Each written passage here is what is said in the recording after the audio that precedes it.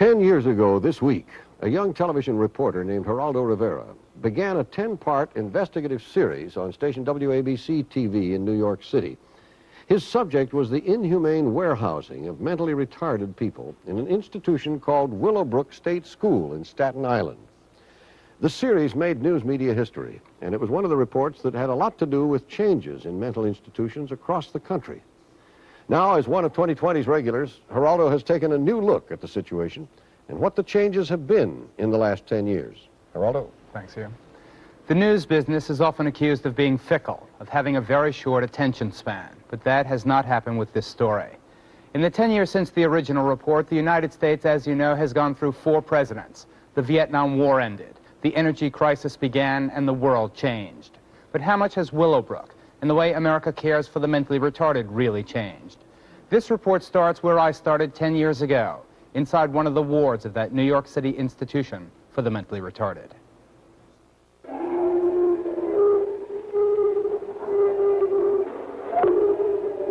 From the original report, quote, "There was one attendant for perhaps 50 severely and profoundly retarded children. Lying on the floor naked and smeared with their own feces, they were making a pitiful sound, a kind of mournful wail that it's impossible for me to forget. This is what it looked like. This is what it sounded like. But how can I tell you about the way it smelled? It smelled of filth, it smelled of disease, and it smelled of death." End quote. Is that typical of ward life? Yes, there are 5,300 patients at Willowbrook, which is the largest institution for the mentally retarded in the world. The ones that we saw were the most severely and profoundly retarded. There are thousands there like that, not going to school, sitting on the ward all day, not being talked to by anyone, fighting for the attention of the attendants who are overworked, trying to clean them, feed them, clothe them, and if possible pay a little attention to them and work with them and develop their intelligence. But what in fact happens is that they go downhill. The pace of change has been agonizingly slow, but this place has changed. Willowbrook today, as you'll soon be seeing, is relatively speaking a much improved place. To find out exactly what is new here and what isn't, we came back with a real expert. Some of you might even remember him. He spent 18 years here, unnecessarily. His name is Bernard Carabillo. How is it living on the ward that you live? Disgrace. It's a disgrace? Yes. This is Bernard 10 years ago. Committed to Willowbrook, he spent 18 years amidst the bedlam and chaos of institutional life. Like thousands of other people living in institutions at that time, he had no business being there. A victim of cerebral palsy at the age of 3, he had been misdiagnosed as mentally retarded. Although he is obviously physically handicapped, there is nothing at all wrong with Bernard's mind. This is Bernard today. Do you ever feel real bitter about the 18 years you lost? Yeah. Yes and no. I don't walk around. I mean, I cannot stay bitter all my life because it will eat me up inside of me and tear me apart. And I think I will start to lose my friends. I have to look forward for the future. And I mean, at night when I'm home by myself, this is going to sound stupid, because, just to get the hostility out of me. The hostile feelings of wasting so much time. Yeah. Since leaving Willowbrook 10 years ago, Bernard has been appointed to the Consumer Advisory Board. That's a watchdog group monitoring improvements and continuing problems at the institution. So he was well qualified to lead our tour. We had informed New York State officials we were coming, but to ensure we saw things as they really are, we came a day earlier than expected and discovered frantic efforts to improve the cosmetic appearance of the place on the eve of our announced visit. New mattresses were being brought in. Late in the afternoon, at the time they're usually being made ready for their evening meal, the ward residents were being taken for an unusual walk. The attempted cover-up became even more apparent when we went inside Bernard's old home, building number 7.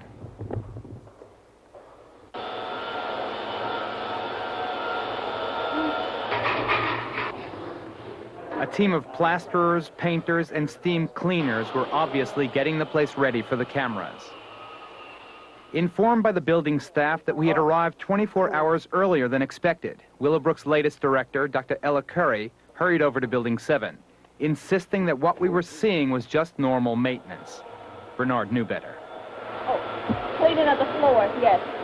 Every day. We have to clean the floors when the clients are out of the building. Every day. There are maybe isolated cases when it's not cleaned to this extent, but we do clean the building, and I'm sure that you're pleased to see it clean.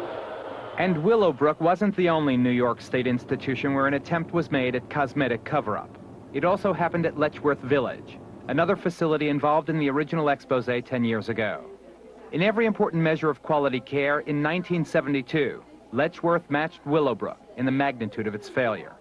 It was another unsanitary warehouse for the retarded. It is a much different, cleaner place today. But by coming 2 days later than expected, we discovered the administration here was also trying to play to the cameras. Residents had been taken on unscheduled field trips to reduce evidence of overcrowding. Every shower in the place had gotten a brand new curtain, and hundreds of gay decorations had been placed on the walls. Letchworth even received a special appropriation to buy gravestones for residents buried under their institutional numbers 15 or 20 years ago. One parent was angered by the apparent insincerity of the cleanup action. We got an awful lot of painting done because you were coming. We got a lot of extra supplies for different things, an awful lot of overtime, which of course we can't get every time, and a few things that I didn't like about it. Are you saying that some of these improvements were done for the benefit of the camera? Because you were coming, yes. You should have been around here for 2 weeks. It was incredible what went on here for 2 weeks. I found it was phony, and, you know, it would backfire against the residents. So I was furious. I was there, and I still am. At this point, I invited Letchworth's deputy director into the conversation. He knows me, and he knows that I speak very frankly. Now, her point is that many of the cosmetic improvements were done for our benefit. Is that true? About 2 weeks ago, we received an appropriation from the division of the budget of some $450,000. It's a recent approval. We've begun... Let's be frank. They knew 2 weeks ago we were coming. Everyone thought we were coming this Tuesday. Are many of these cosmetic changes done for our benefit? We've attempted to put our best foot forward in terms of your visit to certainly, if we needed to do some sprucing up, some patching of the painting, some additional plants here and there, we've received certain things. So if I call every week and tell you I'm coming every week, that's right. It might be a permanent improvement around I love that. Putting aside the issue of sincerity and forgetting at least for the moment the clumsy cleanup attempts, Letchworth, as well as Willowbrook, has been greatly improved over the last 10 years. And in varying degrees, that has been the story all across the country. In places like Dixon, Illinois, for example, the big facility in President Reagan's hometown. And in Pennhurst, the institution serving southeastern Pennsylvania. And in various Texas state facilities, among many others, the combined pressures of continuous news media exposure, major federal lawsuits, and the availability of Medicaid money have dramatically changed these places, hopefully forever. In Willowbrook, perhaps the most striking change is the absence, or at least reduction in overcrowding. At the time of our original report, it had a population of well over 5,000 residents. Now there are only about 1,300. And the federal court has ordered even that number be reduced in the near future. Actually, New York is just one of 28 states sued in major litigation to improve conditions and rights for the retarded. In the 10 states listed here, the lawsuits have succeeded in bringing about improvements. In each case so far decided, the federal court found that the retarded had a right to much more personal care and treatment than that generally available in the large state institutions. By federal court order, the filth and the horrible stench that once characterized Willowbrook has largely been washed away, and most of the residents have clothes on now.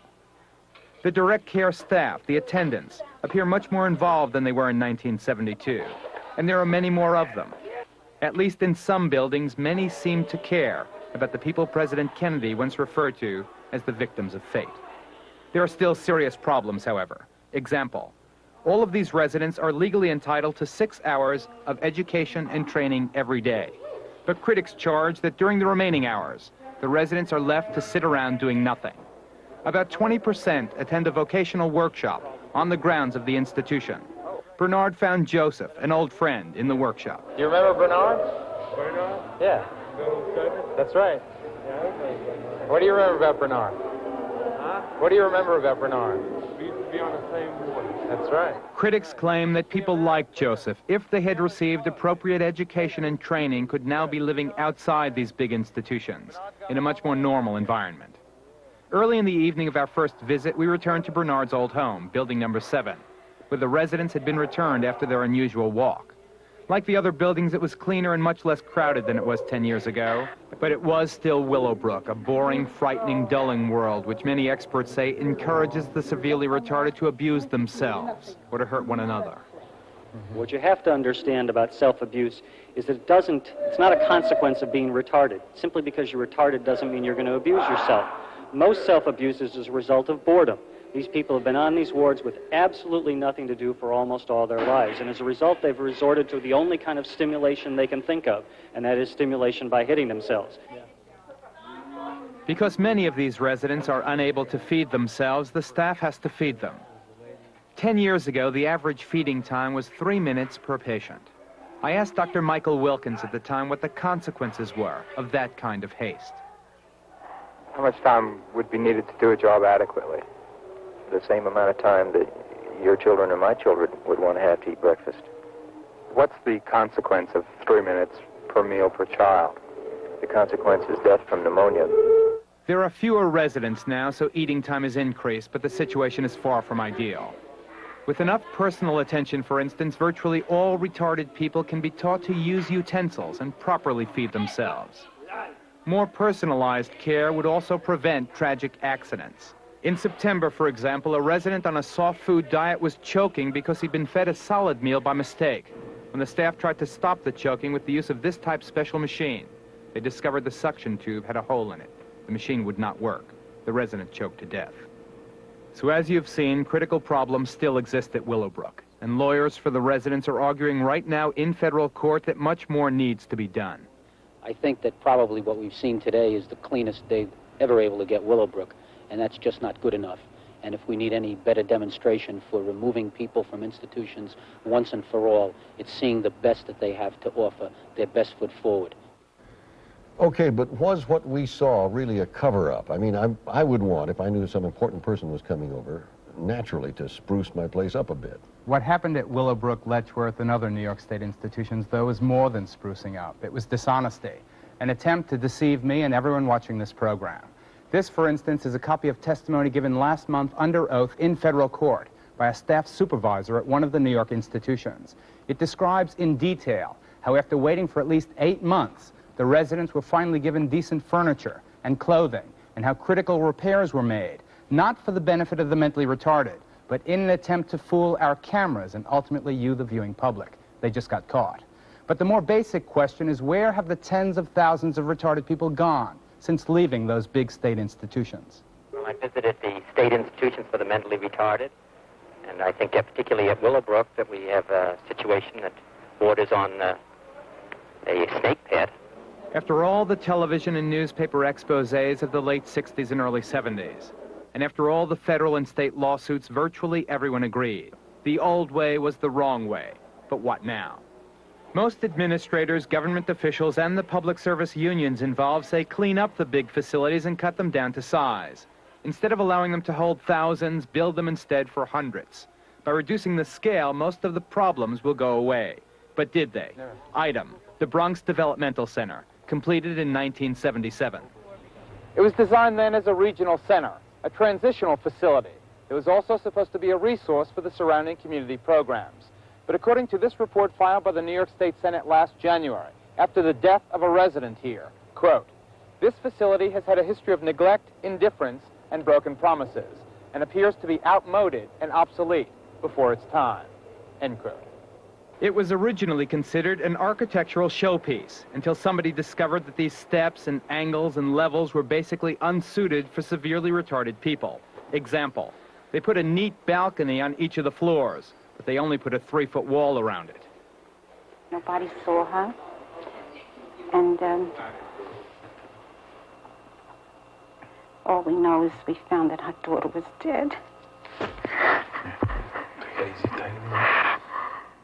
Elena was the Agavino's 23-year-old daughter. 2 years ago, when she became just too much for her mom to handle at home, they placed her in this modern facility. Last year, though, she somehow wandered away from her living area, walked out onto the then unprotected 5th-floor balcony, and fell to her death. Let's face it, if she was being watched, it could have been avoided. She didn't have to die the way she did. Making an unannounced visit to the Bronx Center, we discovered all kinds of serious structural problems.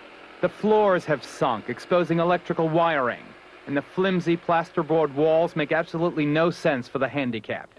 According to testimony in federal court, these repair crews were brought in by the state in yet another frantic effort to hide existing problems from our cameras. But despite the obvious cover-up here, this type facility is cleaner, smaller, and more modern than the big old institutions. The question is it really better? Anthony Rio spent 5 years at Willowbrook before being transferred here. His mom told us the kind of help he needs, but is not getting. Is he progressing? I would say it's kind of stagnating. He's not getting any place for progressing, per se. Because when you have a staff shortage, you cannot meet program goals. If you have a program for chewing or swallowing or brushing teeth, and you have 2 people on taking care of 8 or 10 people, you know, you don't have the time to dedicate to each individual. So you don't get the care that you need in the programs. The vast majority of retarded people live at home with their families or in some other community setting because they have no intense medical or psychiatric problems. Indeed, there's a considerable group of parents and other experts who maintain that no retarded person should ever be placed in an institution. Retarded people are not dangerous. They have no contagious disease. They've broken no laws. There's no need for them to be in an institution. For the mildly retarded, people like Fred Parker or his friend Irv Nash, almost no special arrangements are necessary. Although he was once a resident of Willowbrook, once out of the institution, Fred received special education and training. He now holds a job and lives in this apartment provided by Catholic Charities. I don't worry about nobody bothering me. I just go out and enjoy my life like everybody else and pay for my food, pay for my clothes, and do everything for myself. All right, Linda, just be careful. These moderately retarded men and women need more help than Freddie Parker does in such daily skills as cooking and managing their money. They get it in this small group home in Manhattan, sponsored by the Young Adult Institute. This community residence and more than 5,000 like it across the country have been opened in the last decade. Without question, they are the most important legacy of all the exposés and lawsuits. But opposition to the community care concept is mounting on several fronts. With tens of thousands of higher-functioning mentally retarded people already successfully relocated in these community residences, some politicians and professionals are saying basically that enough is enough. In other words, that those mentally retarded people still living inside these institutions are so handicapped they can't possibly be cared for adequately in a home-like setting. But is that really the case? This is the Community Resource Center, home for 6 severely retarded and handicapped people. These were the toughest cases, those almost inevitably consigned to live out their lives inside the institutions. And look around. These people are doing great. Aren't you doing great? We're doing beautiful. Oh, yeah, you are beautiful. Take Marcus Pagan as an example. Before coming to this community home, he spent 13 years in Willowbrook. Like many patients denied proper physical therapy, his legs contracted, to the point where this retarded youngster had difficulty even sitting up in a wheelchair. Since coming here, however, he's had a series of operations to correct the consequences of years of institutional neglect. Marcus has his own room now, and friends, and he attends a special day program run by United Cerebral Palsy. One of the most important features of these small group homes is that they are relatively inexpensive to build. 10 years ago, Michigan decided to invest in a network of 100 small community homes in the Macomb, Oakland area just outside of Detroit.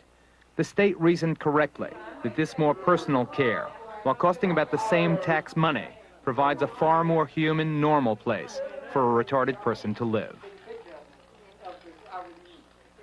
But being placed in a smaller facility located somewhere in a community isn't always a guarantee of a better life. Example, All across the country, private nursing homes are springing up just outside the gates of the big state institutions for the mentally retarded. It's a marriage of convenience. The private nursing homes want the Medicaid business, while the states need a quick fix, an easy way to reduce institutional overcrowding. But according to many critics, some nursing homes are no better than the institutions the mentally retarded are supposedly leaving behind. Here in Denton, Texas, for instance, a grand jury has just indicted the state's largest nursing home chain, charging that poorly trained employees were responsible for the death of a 4-year-old blind and retarded child. What exactly happened to the child, allegedly? What exactly happened to the child, in my opinion, is that he was not medicated properly. He had a seizure, and as a result of that seizure, he fell out of a wheelchair and strangled to death. Strangled on what? On a strap that straps him in a wheelchair. He's unable to move at all. Could you tell me exactly what the corporation has been indicted for? Yes, sir, they've been indicted for involuntary manslaughter, which in Texas is a reckless act. It's a third-degree felony, and corporations, that's punishable by a $20,000 fine if they're convicted in the state of Texas. Even though under indictment, the nursing home still houses 65 retarded children. The youngest apparently spend most of their time in bed. The slightly older are cared for in day rooms, not unlike the institutions of 10 or 15 years ago. Having started their lives in a place like this, the odds are that these children will grow up and die in a similar environment. In reality, people in nursing homes are just as cut off from the communities as people in any kind of institutions. They are not prepared to move on. They're not given the kind of, they don't have the kind of experiences to enable them to be more independent. They don't have any more contact in the community than they did as residents of the state centers. And there is no mechanism to move them on. The people that were moved out of the state institutions into nursing homes are all still there. What does this say, Greg? Hundreds of thousands of retarded children now receive public school educations. It's a program that allows them to live at home with their families. But like most community programs, this one has limitations. Because she's reached the age of 21, Kathy Wolsfeld of DeKalb, Illinois, is legally too old to continue these classes at the Special Education Association. And her father is worried about her future. What do you think you'll do then with Kathy now that she is over 21? I don't know what we're going to do, to be honest with you. And it isn't fair to her, like these 15 years of education, to see them just wasted away. If there was an incentive to advance her, maybe eventually she could take care of herself and live in a home training place, you know what I mean, a residence. There is, in your opinion, no appropriate community residence for her now? Not now, no. Not in this county, to the best of my knowledge. The closest institution to the Wolsfeld family home is located in nearby Dixon, Illinois. What about the institution? Is that an alternative you would consider? Institution, no. We wouldn't put her in an institution, no way. I'm a farmer, and I take care of my livestock better than they took care of those human beings out there. How our representatives and senators can sleep at night knowing that that goes on. But many parents disagree with Mr. Wolsfeld. Emmett Threadgill is the spokesman for a group of Texas parents, for instance, who are so fearful of the problems with community programs, they are fighting to keep their children in the state institutions. The state school, as we're operating them in Texas today, are permanent. And when we die, if you look at my gray hair, I'm in my 70s, and my wife is approaching it. We'd like to know that when we pass out of this picture, that our child is right here, and that there'll always be somebody that'll take care of him as long as he lives. That's the most important thing of all. One of the reasons for the severe shortage of good community homes is the serious, sometimes violent opposition to them from people who live in the neighborhoods where proposed homes are to be located. These ruins are all that's left of a home designed to provide a community residence for 10 retarded adults. Anger, ignorance, and arson destroyed their dream. Plans are being made to rebuild, but plans must also be made to educate the public about groundless fears and misguided prejudice. I think the real change that we want to see is that we all see the retarded as being more normal than abnormal, and that we welcome them into our society and don't continually try to segregate them out. Today, Dr. Michael Wilkins, the man who first brought the Willowbrook story to my attention, is a neighborhood doctor in Kansas City. What we want is that people in residential neighborhoods can see that the retarded living among them isn't a threat to them. In fact, it can be a real enriching aspect of their life if they only would get to know them. Next week, the United States Supreme Court will hear arguments in a very important case concerning the issue of whether or not the retarded have a constitutional right to care and treatment and protection from harm. But whatever the court decides, it's really the way all of us think and feel and act toward the retarded that will ultimately determine whether or not they get the same chance to live the normal life we want our own kids to have. Thank you, Geraldo. We'll be right back after this.